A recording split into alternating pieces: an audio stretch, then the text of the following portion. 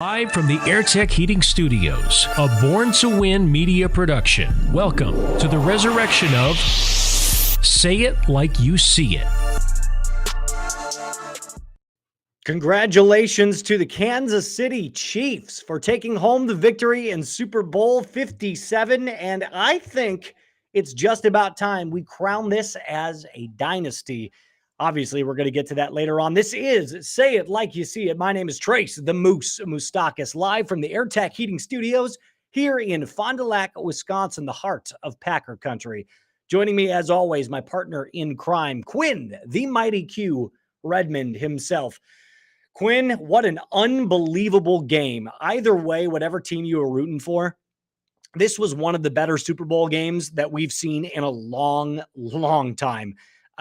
So let me just start with this. How are you today? And how you feeling post Super Bowl Sunday? Whatever team I was rooting for, huh? We all knew who I was rooting for. Patty Mahomes, the GOAT. And for all of you out there who says that he's not the GOAT, that's fine. I'll give it to you he's not the GOAT right now. But I'll get into later why I think he is the GOAT, and this kind of proves that. But I'm doing fantastic. It's a Tuesday. I can't ask for anything better. It's the recap. It was a fantastic game. It was just overall well put together production. I mean, when I first, the first thing I actually did notice about Rihanna is I literally saw her and I said, "Hey, she's pregnant." Yeah, so she was. It was it was just an overall pretty good weekend, and ready to recap this season and get into the way too early predictions for next year. Well, and that's exactly what we're going to be hitting right after we break this game down. So I want to start with obviously the team that lost. Because we could talk forever about what we thought about the Chiefs. We could talk forever about how we view Andy Reid and Patrick Mahomes and that dynamic duo and how great the Chiefs run their organization now. But I want to start with the Eagles. I've got to hand it to Jalen Hurts and Nick Sirianni. This is going to be a really, really good tandem. And maybe not the great team, but a great tandem in head coach and quarterback. These two guys clearly understand each other. They've got this amazing rapport. They know what works. Nick Sirianni knows how to get the most out of Jalen, and Jalen knows how to effectively run this offense. There was a lot of trust in Jalen. You saw that after he fumbled the football early in the second quarter, that, fumbled for a touchdown. A lot of coaches in that moment would have panicked and just said, we're going to take the ball out of his hands. We're going to start running the football, give it to Miles Sanders, give it to Gainwell, and just, kind of limp our way into halftime. But no, they put the ball right back in the hands of Jalen Hurts the very next play. And that shows this amazing trust that these two guys have between them. Jalen Hurts has absolutely solidified himself, and I have no problem saying this. He's a top 6 quarterback in the league now. I went through this yesterday. I kind of built my points in of who I believe is 1 through 5. Jalen, in every list that I came up with, when I created about 3 or 4 of them, he was number 6 in all of them. The only guys I think he doesn't surpass, Mahomes, obviously, Burrow, Herbert, Josh Allen. And then you'd probably put Lamar ahead of him right now, only in terms of pure talent. I think Lamar has done more statistically with less, and that's why I'd put him ahead. But it's a very, very close argument. So you're looking right at like this 5 to 6 range. But yes, I would have Jalen as a top 6 quarterback. He is unbelievable. His dedication to the game, his dedication to getting better. And honestly, his production this year was just fantastic. My hat's off to Jalen Hurts. 4 touchdowns. Unbelievable. We've never seen anything like that. 3 rushing touchdowns. The first NFL quarterback in history to do that in a Super Bowl game. Even Patrick Mahomes took his hats off and gave him his flowers and said, look, this kid is just, if there was ever any doubters, there aren't any more. This guy can play quarterback. He's a franchise guy. He's going to get a massive contract extension. The Eagles have to be really, really pleased with where they're at today. Maybe not so much in the coaching department, but in the quarterback and head coaching, realm, they are very, very competent and very, very happy. Well, I definitely would agree with you. I think only difference I will say to that is at the end of the day, I think Nick Sirianni is a giant clown. I will give him the benefit of the doubt. He did show up that the Eagles did play very good in this spot. But at the end of the day, Nick Sirianni got outcoached in the second half by Indy. He clearly didn't make as good of adjustments at halftime. They struggled definitely more in the second half moving the football. The Chiefs defense definitely made their adjustments and they played a lot better. And then they just struggled to stop that dynamic Chiefs offense. Their best defense in the first half was their offense. They did a fantastic job running the ball. They did a fantastic job keeping Mahomes off the field. I remember they pulled up one of those little stats in the game, and it was like the last hour and a half, Patrick Mahomes has run like 5 plays or something like that. And that was a kind of crazy stat, but it being the Super Bowl, it's kind of like not as crazy with the actual game time that was still left on the clock. The Eagles basically had 3 times the amount of game time or possession time at the end of the first half, and then proceeded for the Chiefs to come out and just absolutely go on a tear. They scored on every possession in the second half. I will give it to Jalen. Jalen did play solid, but he didn't play as well as Patrick Mahomes. Patrick Mahomes had a absolute perfect passer rating in the second half. He had 1 incomplete pass in the second half, and it was a throwaway. He was 13 of 14 in the second half.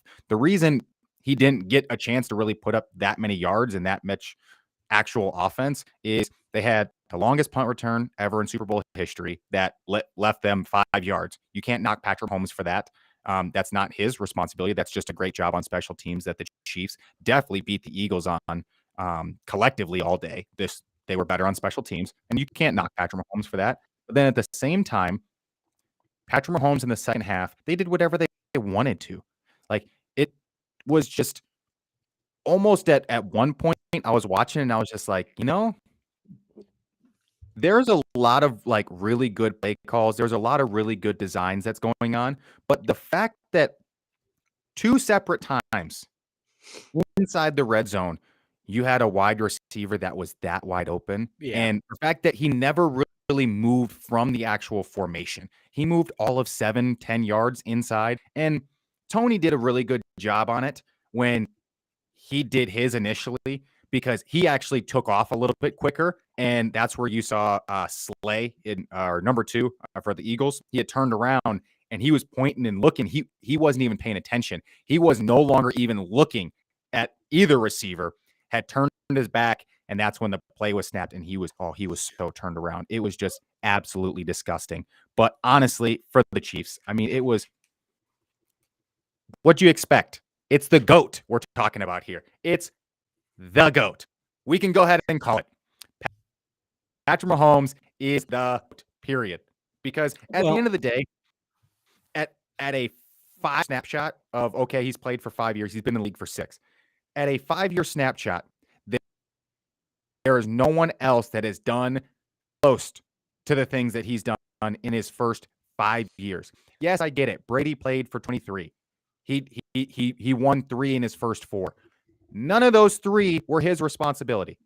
Patrick Mahomes is the first player ever to have 2 league MVPs and 2 Super Bowls and Super Bowls MVPs inside their first 6 years. Patrick Mahomes only has played his first 5 years because he was in the league, sat behind Alex Smith for the year, playing game week 17, and then next year came in as a starter and basically hit the ground running and is not turned back. Has been the number 1 player in the league since game 1, season 1, that he got the full starter title. Right. And he's still the best quarterback in the league. He's been the best quarterback in the league for the last 5 years. Everyone is chasing after him at this point. The only thing and the only reason I will give dumb people on the reason why is it's now going to come down to a longevity thing for him. He can play for 10, 12, 15 years. There's no way he doesn't pass Brady. As of right now, like, there's a lot of people who are like, oh, Brady, he's got 7 rings. He's got all these league MVPs, and Montana has 4 rings. Well, yeah, he's played for 5 years, and he's already basically caught all of them. Yes, and I'll give you this. Patrick Mahomes is slaying narratives left and right. So I feel like every quarterback goes through multiple narratives throughout their entire career. The first one being, are you a franchise quarterback? Can you answer that question? Check. Obviously, he has. He did that in his first, I think it was honestly his first game that he played, that week 17 game that you were talking about. Second one, can you lead your team to Super Bowls? Yes. Check. He's done that. Can you win Super Bowls? Yes. He's done that. Can you win Super Bowls without your amazing weapons? Well, he did it without Tyreek Hill this year, so check that. Travis Kelce, obviously, but you still need at least one piece. Now I think but 8 rookies. Let's just say no, eight rookies. I agree. I agree. I'm 8 saying rookies. he did it. Two of them caught touchdown passes in the game. I realize that. I realize this. That's what I'm saying. Like, he's checked that box. There's only one more box that I believe Patrick literally has to check in order for him to consider himself the greatest of all time. I don't think he's there yet. He's a certified first ballot Hall of Famer. Put it in the books. You ask Peyton Manning about it. He's a certified Hall of Famer already. Here's what I would say that last check mark is. And I don't even know if we're going to be able to answer it. The last check mark is, can you do it without the amazing head coach? That was the question we asked Brady all the time. That was the surrounding question around Tom Brady's entire career. Can he do it without Belichick? And because everyone said he was a system QB, right? He fits perfectly in the New England system, but outside of New England, he won't be able to win. Well, then you put him in Tampa Bay and he wins.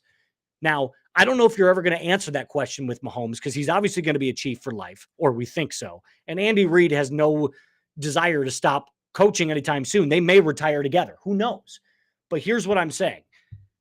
Patrick Mahomes has that final question left to answer. Can he do it without the play calling of Andy Reid, who many say is the greatest play designer who's ever lived? So do you want me to give you my prediction? For the next 5 years. So I think if this happens, I think if Andy Reid decides I'm going to coach and be with Patrick Mahomes for the next 5 years, he in the next 5 years.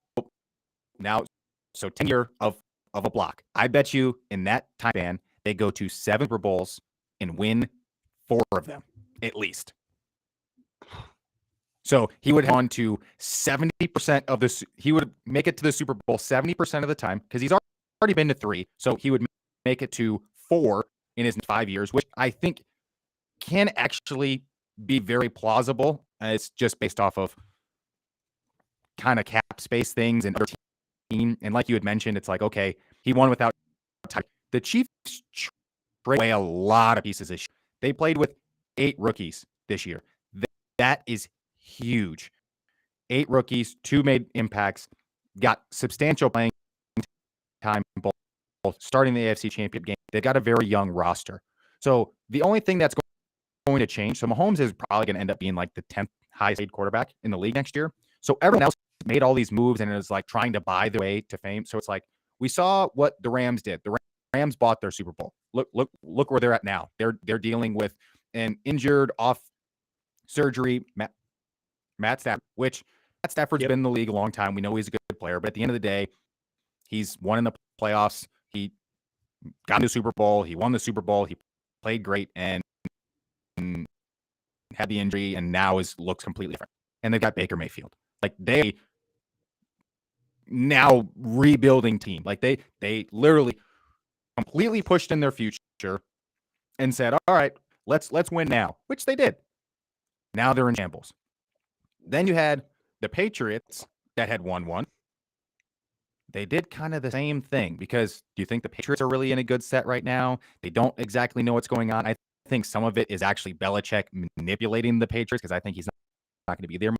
I think he's going to leave them in as spot as he can, because I think he's annoyed at Kraft and just the way that things kind of played out these last few years.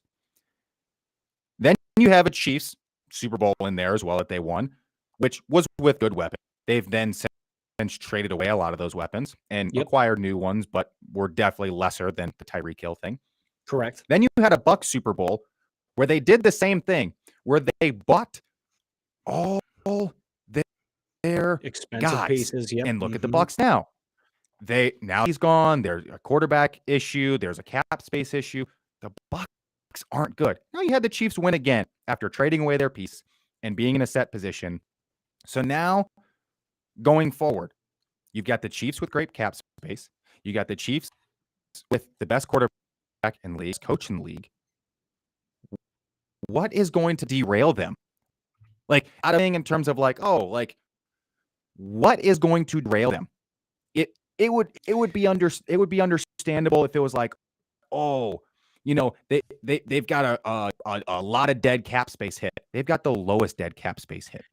Here's what They've I would agree with you. all types I would agree with you if this was like 2006, right?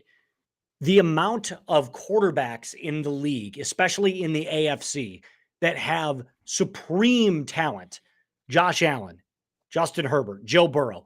That's the only reason I would say that would be a reason why some of these, these Chiefs teams could be slowed down, is because you still have guys that can play at in moments. I'm not going to say that they're Mahomes, but in moments have Mahomes like games and Mahomes like stretches and Mahomes like runs. Like we've seen Josh Allen is like Cam Newton times 2.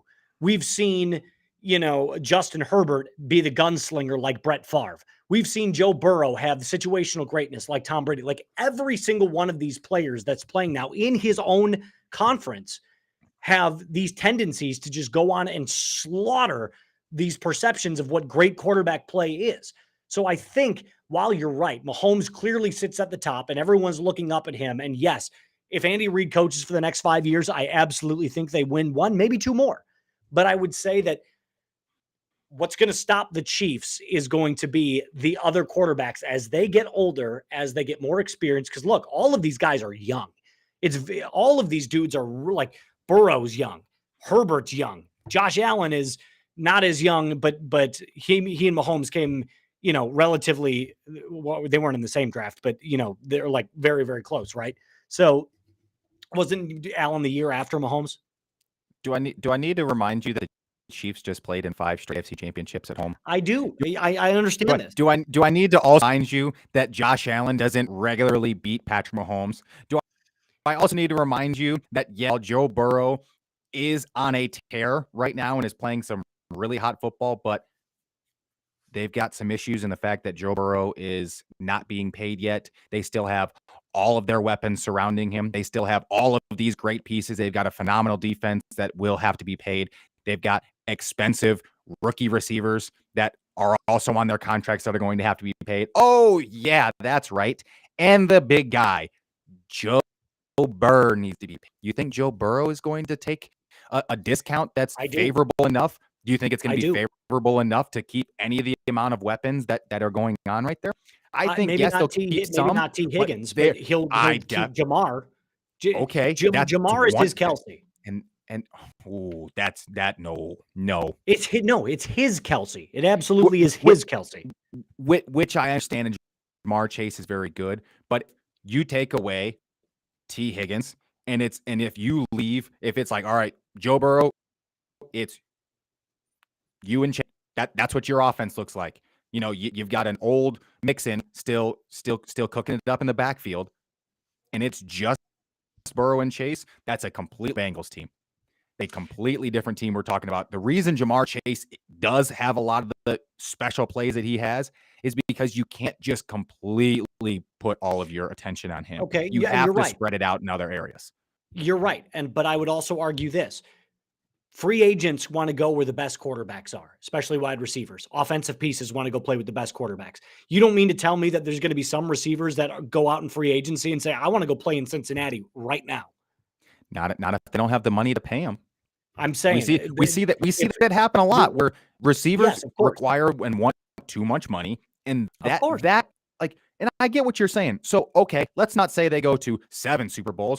Okay, let's say they go to 6, which would mean that they go to 3 more, and let's say they win 2 more. I still think he's going to win 2 more in the next 5 years. Like, I think that is his clip. I think he's going to be a 40% Super Bowl winner. Like, he's made it to 5 straight AFC Championship games. His worst season, Trace. Remember, worst in five seasons as a starter, worst was 12 wins, an AFC Championship loss at home in overtime.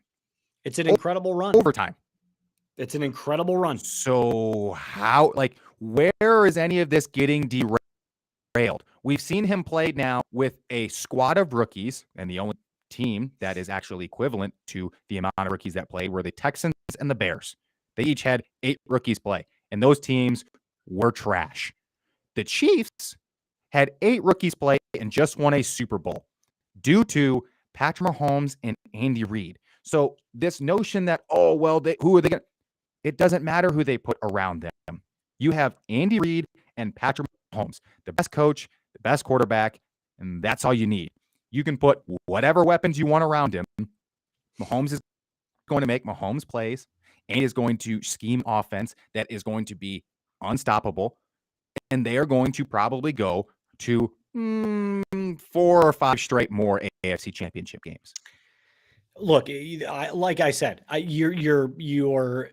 I'm more arguing for the sake of, I'm not saying that this isn't the team to beat. I'm not saying this isn't a dynasty. I'm not saying that Patrick Mahomes isn't a first ballot certified Hall of Famer.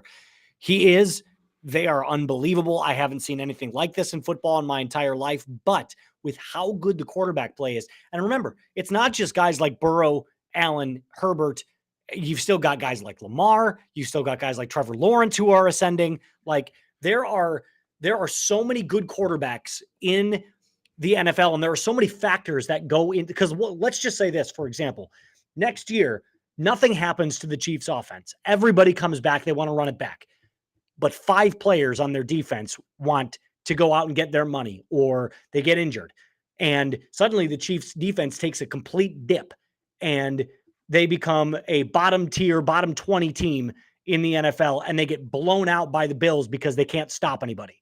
Are we going to blame, Patrick Mahomes and say, well, you can't beat Josh Allen? No, we're not going to say that. We're going to say the Chiefs defense sucked.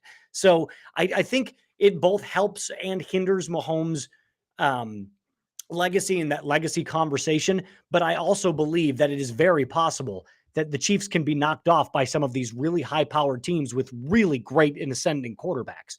So it's just going to be one of those things. There's a lot of factors that go into this. That's all I'm saying. Which is true, but at the same time, Holmes has already beat all of them, which is a big piece. That is, so and that's also, yep. And I wanted to compare him to Brady's first 5 years, because everyone, is still on about this thing where it's like, well, Brady won 3 in his first 5. And it's like, okay, let me remind you of something here with those Patriots of their first 5 years that Brady played. So this is from 2001 to 2005. They went to 3 Super Bowls, which they won. They were 3 for 3. They also missed the playoffs, and they lost in the divisional round. They then didn't win the Super Bowl again until 2014. They did go 2 more times, losing both times to the Giants. Patrick Mahomes, in his first 5 years, because you notice how I didn't mention that Tom Brady had, any league MVPs in there, or, Tom Brady wasn't anything incredible. And I get it. The game is definitely different now. It's definitely more of a passing game. But at the same time, let's not forget to acknowledge that since Patrick Mahomes came into the league, his first year as a starter, he threw for 5,100 yards and 50 touchdowns. His passer rating has been 66, 66, 66, 66, and 67 this year. His quarterback passer rating has been 114, 105, 108, 99, and then 105 again this year. But it's all over 100, which is awesome. He's thrown 26 touchdowns was his low number, and that was his second year as a starter in 2019. He also threw for 4,000 yards that year. He also rushed for 2 touchdowns every year, except this year where he rushed for 4. This year, he threw for 5,200 yards, 41 touchdowns, and had a 67 percentage. Now, shall we go to some of Brady's numbers through the first 5 years? Brady's first year in the league threw for 2,800 yards, 18 touchdowns, and had 64% completion. Wait, is this the year he took over for Drew Bledsoe, or is this? This is 2001. Okay, so that you can't really count that because Drew Bledsoe started the first 3 games or 4 games or whatever it was. Okay, that's fine. But he still had a 64% completion percentage. Go give me the next year. With an 87% quarterback rating. His next year, he threw for 3,700 yards, 28 touchdowns, 62% completion percentage, and an 86 quarterback rating. He then threw for 3,600 yards, 3,700 yards, and in 05 threw for 4,100 yards and had a 93 passer rating. That was probably his best year of all of them. But it took him essentially 4 years to kind of get rocking and rolling. Patrick Mahomes came in and won 2 league MVPs in that time versus did Tom Brady win any league MVPs in his first 5 years? Listen, No. you don't have to sell me on this. I think everyone who's got a brain and watches football knows that as a quarterback talent, Mahomes trumps everyone that's ever played. The question is, can he combine Pause the right talent? there. Pause right there. What did you just say? Repeat that again. The greatest quarterback talent that's ever played the game. So how can we not call him the greatest if in his first 5 years, he's now won 2 Super Bowls, 2 league MVPs, and 2 Super Bowl MVPs, Because which no one has ever done? Because the greatest talent, Brett Favre was a better quarterback talent than Tom Brady was, but he wasn't a better quarterback. Like quarterback talent. We're talking about quarterback talent. I look at it as Patrick Mahomes is the physical attributes that make up a quarterback is a quarterback's talent. Arm strength, mobility, ability to read a defense, pocket awareness, the ability to audible, like all of those things go into a quarterback's talent. But the intangibles of a quarterback, the leadership, the poise, everything that goes into that is a completely different, like Peyton Manning was never the greatest quarterback talent, but the reason we consider him one of the top 5 greatest QBs that ever played the game was because of how cerebral he was. So in terms of quarterback talent, like the physical attributes that make up what a quarterback should be, Patrick Mahomes he's higher than anyone we've ever seen in our entire lives. It's not even close. Is he the greatest quarterback that's ever lived yet? I don't think the answer is a certified yes. There's certainly an argument to be made. And is he a certified first ballot Hall of Famer? Absolutely. But I don't know if we can put him number 1 just yet. I think he's right there, which is insane to think about because he's only going into year 6, like you said. It's the greatest 5-year start of any player we've ever seen, maybe in sports history. I'm not even talking like this is Tiger Woods-esque, right? Like this is when Tiger came on, he would like you and I both love golf. We played college golf together. When Tiger came on, he was the greatest in like year 2 on the tour. He was already the best golfer and everyone knew it. And it just got better and better and better until it hit his climax at, what was it, 2006, 2007 was the year where he... Probably 09 when he lost championship to KJ Choi. Okay, so let's take it from 90... From 6 foot putt 14 and fair. So from 97 to 2009. So we're talking a 12-year span. Tiger Woods was the greatest golfer to ever touch a club. And I think we can absolutely say that in this 5-year stretch with Mahomes. In these last 5 years, since 2017 to 2022, there has not been one quarterback who's ever played this game that has played better than Mahomes. Period. End of story. But I don't think those 5 years can already crown you as the greatest of all time. I think we need to a little bit more play out. Although, like I said, you have a legitimate argument. Okay. So this would be my last kind of like handful of points. So you compared it to Tiger Woods. So do you think Tiger Woods is the greatest golfer of all time? I do. Absolutely. Do you think it matters he only has 15 majors versus No. 18? Because Tiger won more dominantly than any player that's ever lived. Do you think it? So Patrick Mahomes has been the number 1 quarterback in the league since he came in the league in his first year. First year as a starter, number 1 in the league, and has been since. In the 5 has been a starter. The Chiefs have won 75 games. The only teams in a 5-year stretch are the New England Patriots from 3 to 07. And if you remember, that 07 team was undefeated. They lost to the Giants. Yep. And they lost last game in Super Bowl. And they won 77 games. I completely. They won I get 77 it. games. And the Patriots Here's also what I'll have the say, second on the list. From 14 to 18, the Patriots won 74 games. So if we're talking about comparing to Dynasty, because I think that's how the Patriots Dynasty honestly gets split up into like those sets of years from like 01 until about 07. And even 09 is, and then like there's that lull And then until 14. and then 14 to 14 to 14 to 18. 19. Oh yeah, 14 to 18. My bad. The Chiefs and what they're doing, you can't try to tell me that Mahomes isn't the greatest quarterback of all time when you just said he's the best in the league.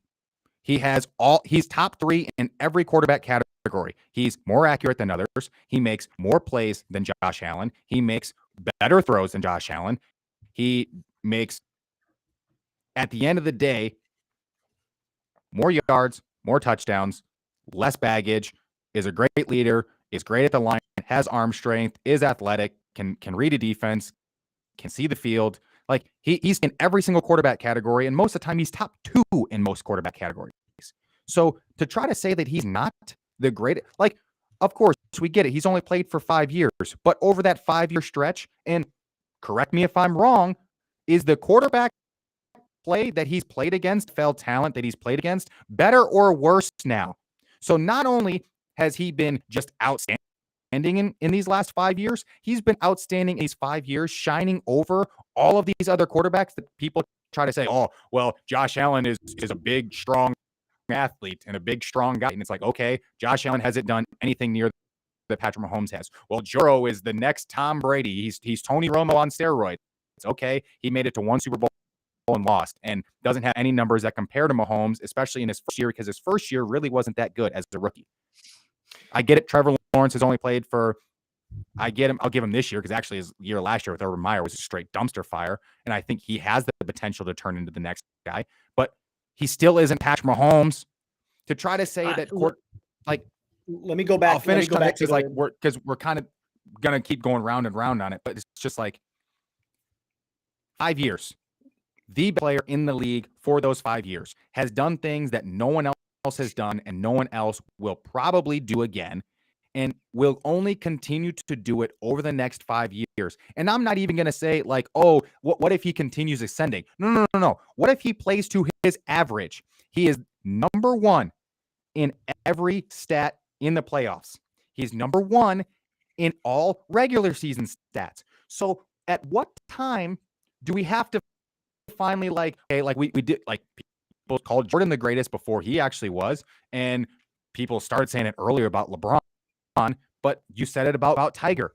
Like, when you know, there's no one that's going to do anything ever again like Patrick Mahomes. Maybe in 20 years, maybe, but at the same time, I see the quarterbacks that are playing in college. Like, people talk about Caleb Williams. I'm sorry, Caleb Williams is not Patrick Mahomes. Like, period, end of story. Like, I'm sorry. He's not. That's the difference. It's, will we see this again, and have we seen this? No and no. Here's what I'll say, and I'll finish with this because we'll move on after this. If Tiger was only the best we've ever seen from year 97 to 2002, I don't think we would have crowned him the greatest of all time. We would have said it's one of the greatest stretches that's ever been done in golf history. I can give you another example, sports example. Shaquille O'Neal, from like 98 to 2001. So that 4 years, 98, 99, 2000, 2001. But that's basketball and golf. Like, we're talking about football over 5 years. But here's my point. A 5-year stretch cannot crown you as the greatest to ever do something. You have to do it a little bit longer. In football, it can. In football, it can, because that's where we have to agree to disagree. And here's my reasoning behind that. Do you think the Patriots from 03 to 07 were a dominant and phenomenal team, that Tom Brady was an absolute dominant and phenomenal quarterback? No. Okay. They won 77 games in that time span. Do you think that was more on Tom Brady, or do you think that was more on they had phenomenal defenses and they put perfect weapons and they had a great system? How have the Chiefs won 5 straight years, 75 total games in that time span, and have dominated in the league? It's due to Patrick Mahomes. That's the reason they've won. They've won 2 Super Bowls, and they've been to 5 straight AFC championship games as the number 1 seed and more likely the number 1 overall seed in the entire playoffs. And we're sitting here trying to argue on whether or not the Chiefs are good or if Patrick Mahomes is really the best because it's only been 5 years. Show me another team ever that's ever gone 5 years and put up any number like this, because the only 2 that can compare are 2 different Patriot teams with Tom Brady on it. And you know what?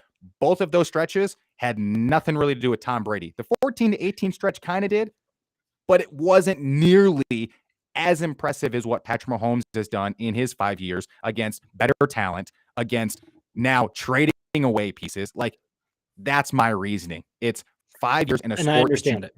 Don't see teams repeat that. Like I said, we're going to have to agree to disagree. We got to move on though.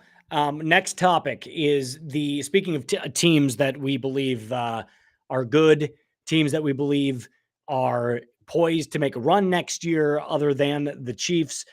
This list is our NFC and AFC list of teams that we believe will make the playoffs next year and the teams that we believe will be bounced from the playoffs that made it this last year. So that's the caveat. You have to pick teams that made it this year that won't make it next year, and the teams that obviously are going to be coming back in and making the playoffs this year. So I'm going to start off with the AFC, which I believe is like a cakewalk in terms of picking these teams. I'm going to start with my list real quick. Here it is. In no particular order. This is not the seeding. This is just teams that I believe are going to make the playoffs. So this could go in any order. I have the Chiefs. I have the Bengals. I have the Bills. I have the Chargers. I have the Jaguars. I have the Ravens. And my 7th team, the only one that I believe actually kind of slips and it kind of gets in there. The Vegas Raiders, I believe, are going to make the playoffs next year. I believe they get Aaron Rodgers. I believe he goes out there and I believe he takes them to the playoffs as either a 6 or a 7 seed. I'm not going to give him anything higher than that, but I believe that Aaron Rodgers will be a Vegas Raider next year and they'll lead him to a 9-8, 10-7 record. It's not going to be anything much better than that, but they will make the playoffs next year. And the only team that gets bounced, in my opinion, from the AFC is the Dolphins. Interesting set. So my AFC West winners, of course, the Chiefs. They're about to run it back. You've got the South. I got the Jags winning that division. The North, here's one for you. The Steelers. Oh, no, not the Steelers. Hey, it's Kenny Pickett. It's honestly, it's a random. So my big thing with the NFL is we're shocked every year. We go, oh my gosh, 50% of the teams that make playoffs, they didn't make it the next year. It's like, okay, well, like they're a competent organization. Kenny Pickett kept Mike Tomlin's, career winning percentage seasons, not having losing record in season. Like the fact that he maintained that's another big plus. But at the end of the day, like they had a chance towards the end of the season. Like they definitely were one of those teams that I think if they make, now it comes down to if they make the right offseason moves. Like if they have a terrible offseason, then it's like, I can't pick them. But I think they are set up to where they can make a couple of the right moves. There's a couple dominoes that they need to fall and they can be in the right position.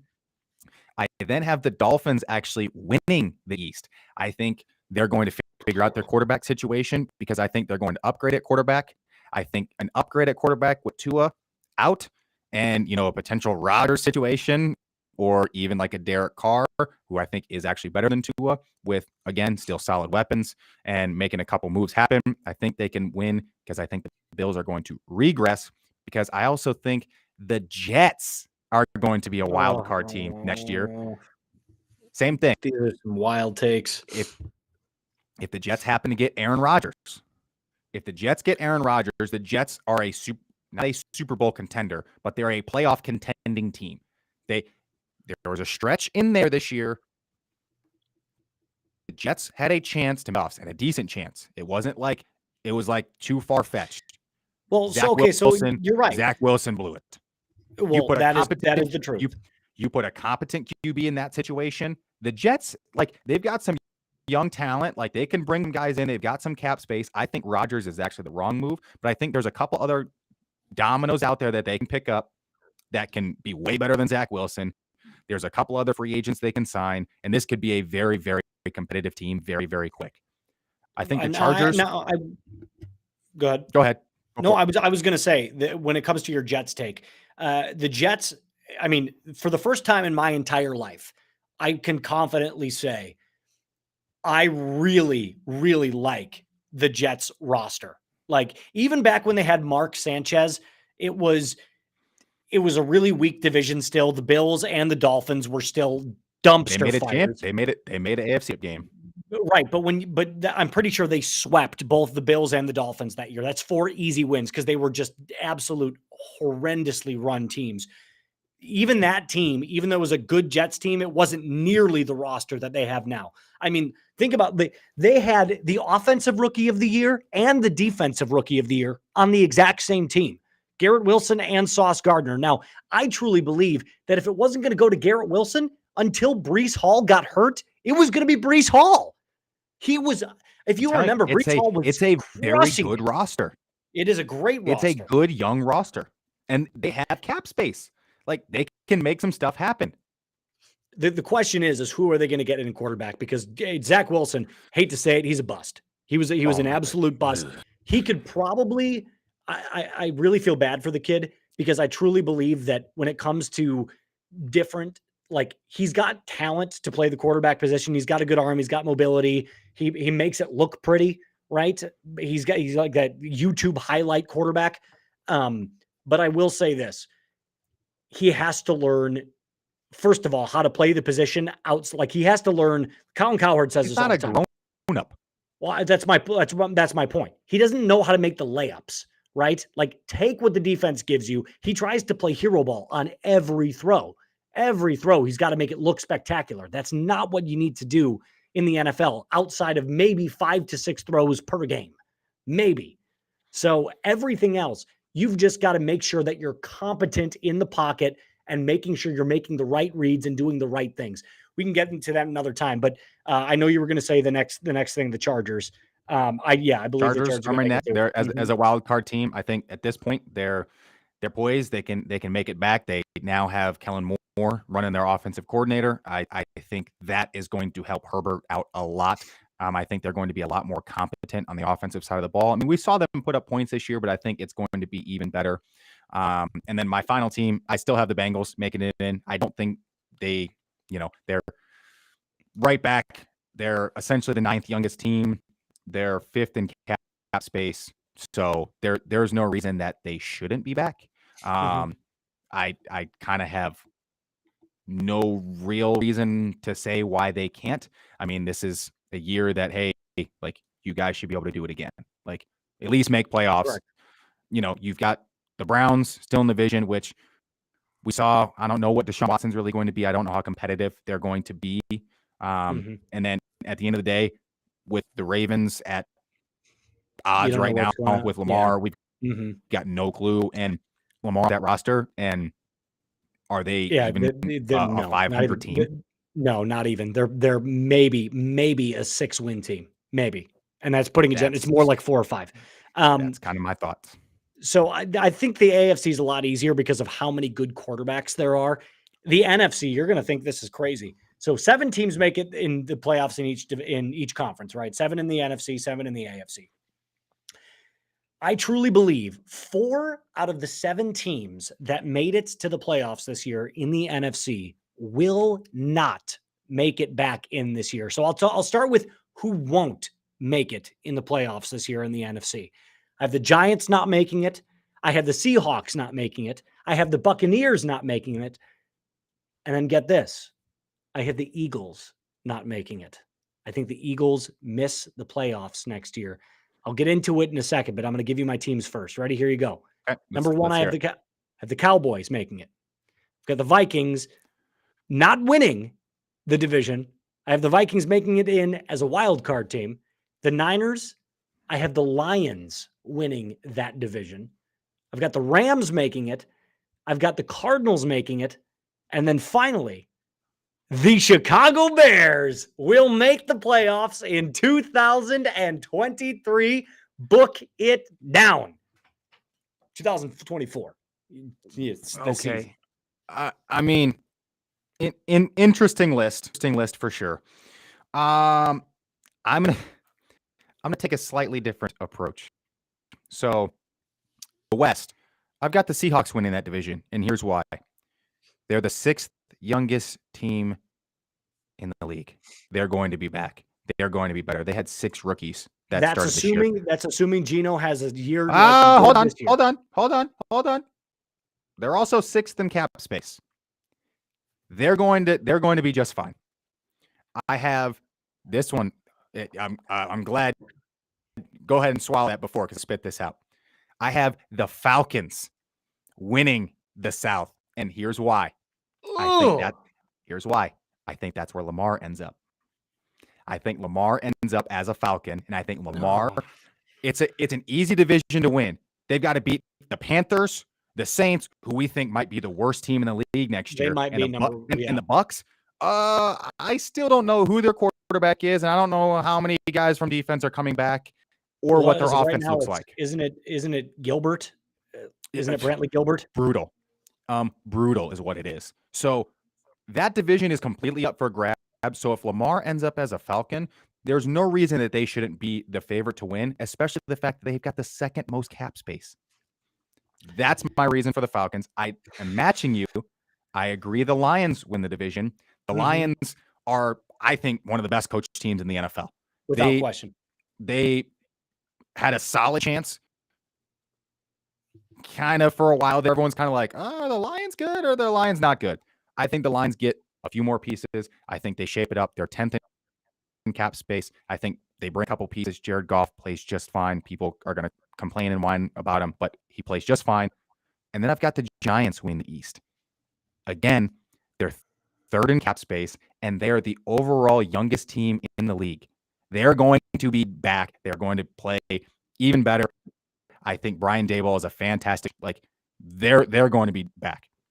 I had the 49ers making it, even though I'm still kind of up in the air on, and the reason they're like a borderline team for me right now is I don't know who their quarterback's going to be.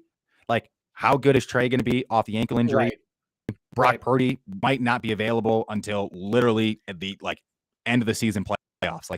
That's how his surgery could play out. We don't really know if he's going to be. Well, we know that he's not going to be available at all for the training camp or OTAs. They were trying to say 6 months. I'm like 9 to 12. The minute they said what it was, I was like 9 to 12. I don't 9 to 12. It'll mostly at the earliest he'll miss the first 3 to 4 games of the season, and that's the earliest. So I agree with you. It's going to be interesting. And at this point, I just don't know what Trey.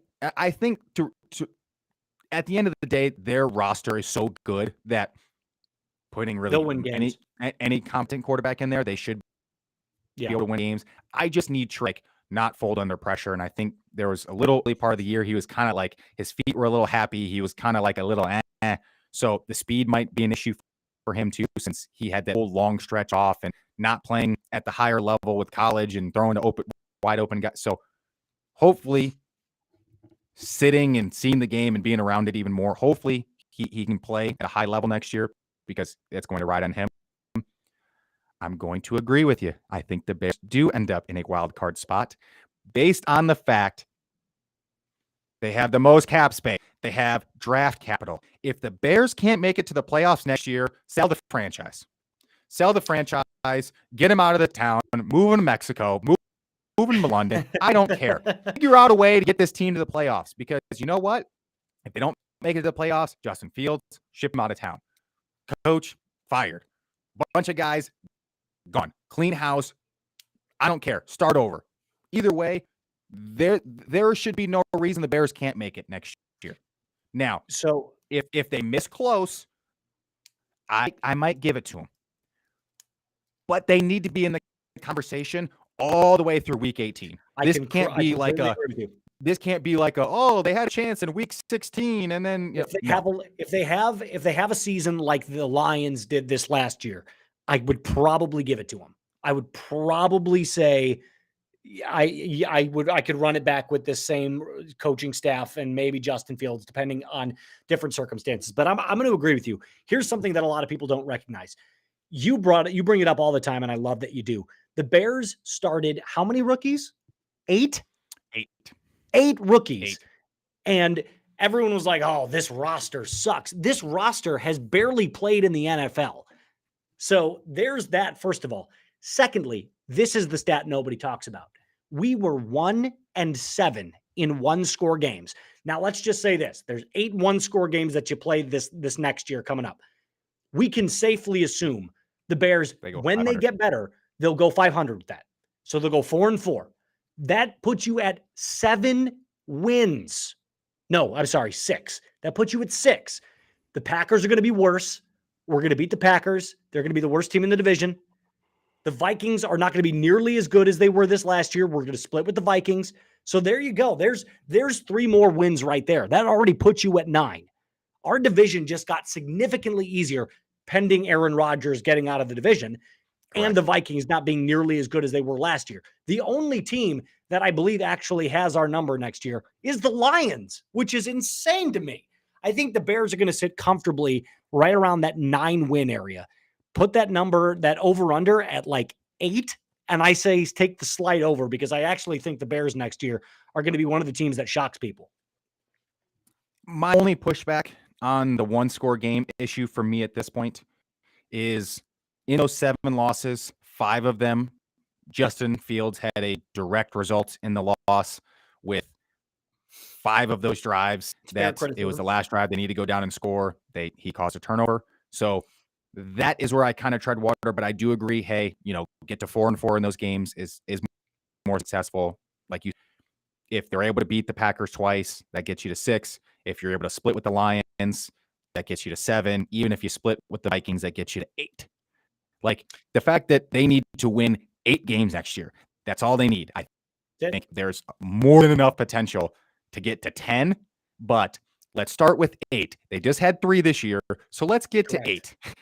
I completely agree. Now, I do want to address something that I brought up because it's pretty controversial. I have the Eagles not making the playoffs next year.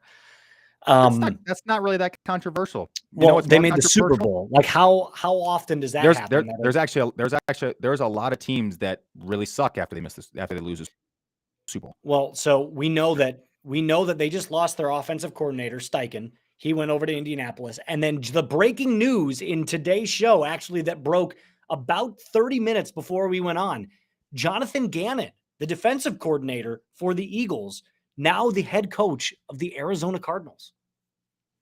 Which is why I don't have the Eagles making it. You know who's my 7th spot? The Carolina Panthers. Oh, well, depending on who they have at quarterback, this is not a horrible roster. Right. Frank Wright. I think if he's able to get Derek Carr there. That's an interesting take. If Derek Carr or another one of these free agent type, even like a Jimmy Garoppolo, if he's able to get one of those types of guys in, they can squeak a playoff win. The same reason that I'm giving the Falcons the division, they can go 5-1 in division. Now, you mean to tell me that Derek Carr can't win you 4 games? Absolutely. In the rest of that season, Jimmy Garoppolo can't win you 4 games? Derek Carr has the most fourth quarter comebacks of any active quarterback in the league. Correct. Which is why I believe with how bad that division is, this is crucial for them. Getting a competent quarterback will lead to them going 5-1 in the division. I think they'll probably split with the Falcons, even if they sweep the division. No matter what, even if they lose twice with the Falcons. Going 4-2 or 5-1, there's no reason you shouldn't make the playoffs. Like, I think they could end up being one of the higher seeds because they're playing with garbage in the division. Do you know who the best, if the season started tomorrow and you couldn't get any other players, you had to go with the roster that you had, the best quarterback in that division is Andy Dalton. Assuming that Jameis Winston is still injured by the time that season rolls around. Otherwise, it's Jameis starting for the Saints. But if you're going back based on last year's stats and last year's players, it'd be Andy Dalton. That's the best. You've got Desmond Ridder in Marcus Mariota. Then you've got Sam Darnold, and then Blaine Gabbert and PJ Walker. PJ Walker. I mean, this division, like you said, I think that you've got a USFL.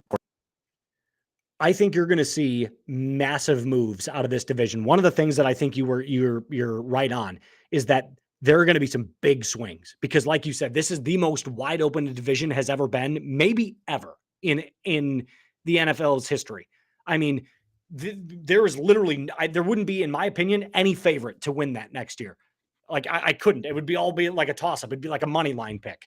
There's no chance I would have of having any confidence in any of those teams winning that division next year. It would be a complete toss up.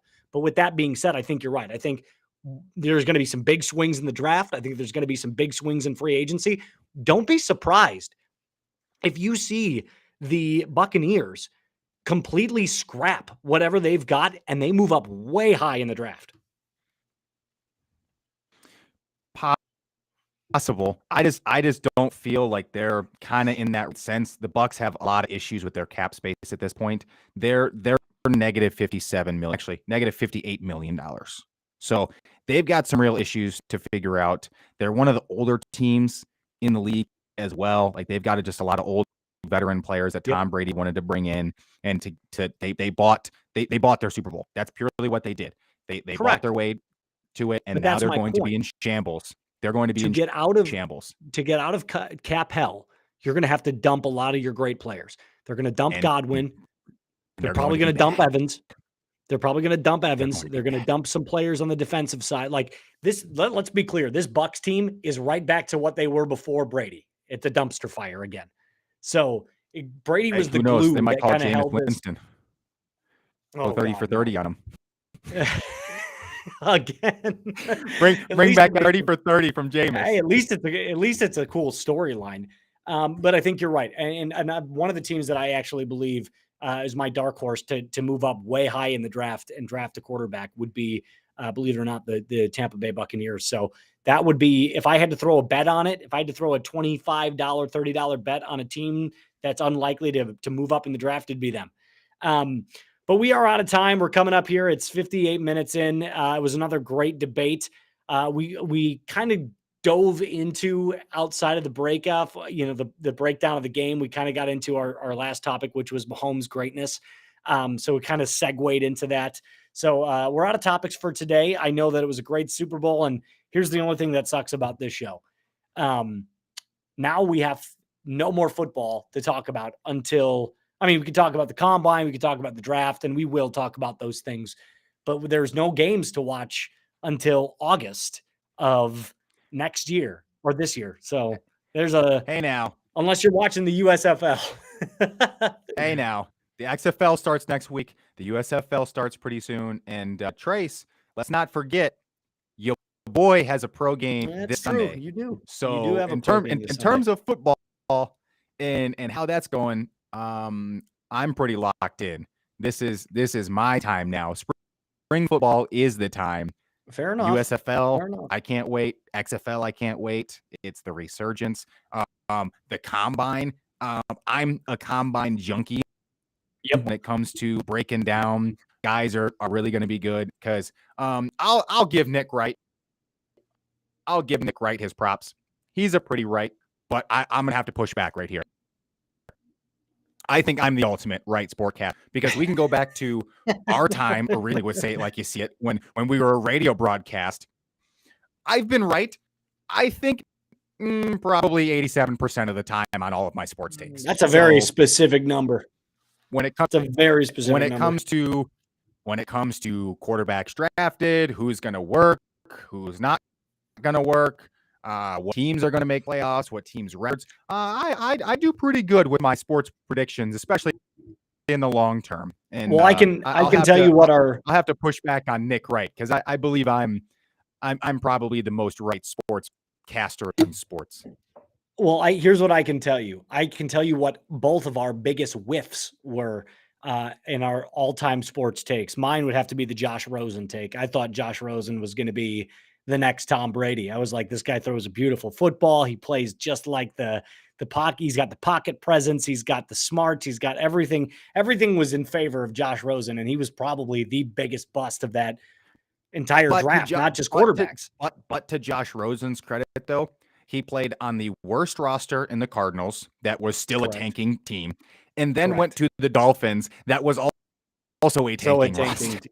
Correct. He got I agree with you. into two terrible rosters, and they're like, "Hey, save us." Yes, correct. And then I would say your worst, Zachy Wilson. I remember you were high on Zach. I was pretty high on Zach Wilson, but at the same time, I didn't realize how immature he was. Yep. I saw, what I thought was a lot more of a clean and polished guy, especially the way that photo was of him at the draft. Like, he was just like, "Oh, guys, like, I just want to take a picture. Like, you guys are like doing fancy hand things. Like, I just want to, like, let's just stand here." So yeah, the issue of him not being a grown up. Yeah, that was definitely a big impact. Too many boat rides with your mom's friends. Hey, whatever needs to get done. Sometimes you got to keep the legs loose. All right. Well, that just about does it for us today. For Say It Like You See It, remember, you can go follow us wherever you get your podcasts. We're on YouTube. We're on Facebook. You can follow us on social media. That would be our TikTok page. You can follow us on Instagram at Say It Like You See It Pod. Like I said, wherever you get your podcasts, we're streaming live on YouTube. We're also streaming live on Facebook. And from the AirTech Heating Studios, my name is Trace, the Moose Moustakis, alongside Quinn, Mighty Q Redmond. I should say this right before we get off.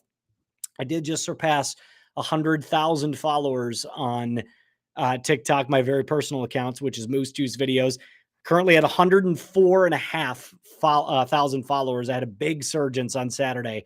Had a video that's almost at a million views, which is pretty cool. And then I know you're still doing some amazing things. Liquid IV, one of your sponsors, came in today, which is awesome. You've just been, I mean, every time I talk to you, you've got like 4 to 5 new ones that are just rolling in. Yep, pretty much. Sounds about right. So, yep, that's right. So, like I was saying, from the AirTech Heating Studios in Fond du Lac, Wisconsin, the heart of Packer country, also from Fargo, North Dakota, this has been Say It Like You See It. We will see you all on Friday.